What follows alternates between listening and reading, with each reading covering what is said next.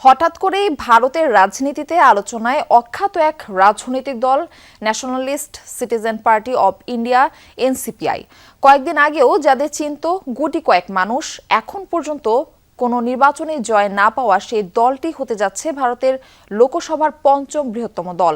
মূলত পশ্চিমবঙ্গে তৃণমূল কংগ্রেসের বিদ্রোহী ২০ এমপি যোগ দিয়েছেন দলটিতে।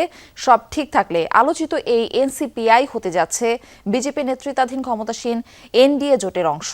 রেইনবো অ্যাক্রোপ্লাস্টে অ্যাক্রিলিক এমালশন থাকায় মুছে ফেলা যায় যে কোনো দাগ সহজেই। Rainbow Paints. Nationalist Citizen Party of India NCPI ২০২২ সালে ত্রিপুরা থেকে যাত্রা শুরু করা দলটিকে ভারতে অখ্যাতই বলা যায়, যার হেডকোয়ার্টার বর্তমানে পশ্চিমবঙ্গে। প্রায় অজানে দলটির সদস্য সংখ্যা হাতে গোনা কয়েকজন। ২০২৩ সালের জানুয়ারিতে নির্বাচন কমিশনের নথিভুক্ত হওয়ার পর সে বছরই প্রথমবারের মতো কোনো নির্বাচনে অংশ নেয় এনসিপিআই। ত্রিপুরার বিধানসভা নির্বাচনে বেশ কয়েকজন প্রার্থী দিলেও মাত্র ২ আসনে শেষ পর্যন্ত প্রতীক পায় প্রার্থীরা। সব মিলিয়ে ভোট পায় ৮২২টি। আরেকটি আসনে এই দলের সদস্য নির্বাচন করেন স্বতন্ত্র হিসেবে। অপরিচিত এই দলটিই হতে যাচ্ছে ভারতের পার্লামেন্টের নিম্নকক্ষ লোকসভার পঞ্চম বৃহত্তম দল।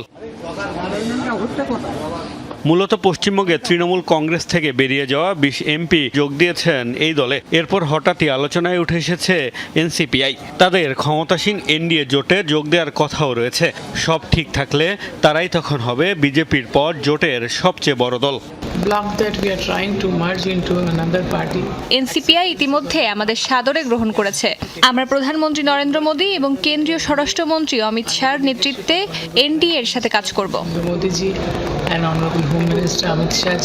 ये दुखद बात है जो लोग तृणमूल कांग्रेस के सांसद थे।